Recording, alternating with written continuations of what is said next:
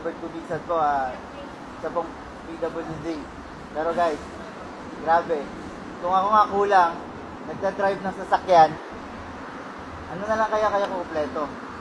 So kung nagawa ko man itong negosyo na to, dapat mas magagawa mo to. Kaya sa mga nandyan, guys, grabe. Hindi huhad lang. Kung ano meron ka ngayon. Ang importante, mangarap ka lang. Kasi ako, hindi ko na ako pinangarap na mag-drive ng sasakyan. Pero nung meron, binigay ko sa akin to. Kaya, lahat, matutupad pag ginusto mo. Grabe.